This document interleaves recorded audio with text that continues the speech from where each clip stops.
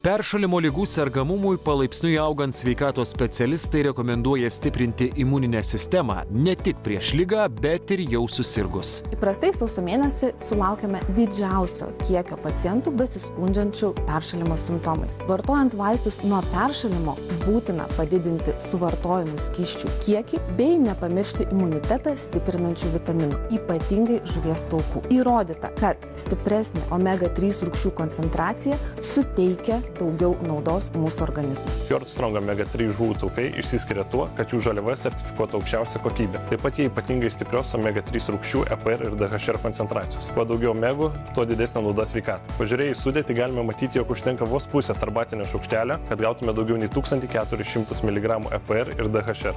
Labai švelnus. Tikrai nesijaučia žuvis. Geras, nebjauriai. Skanu. Ir sveika.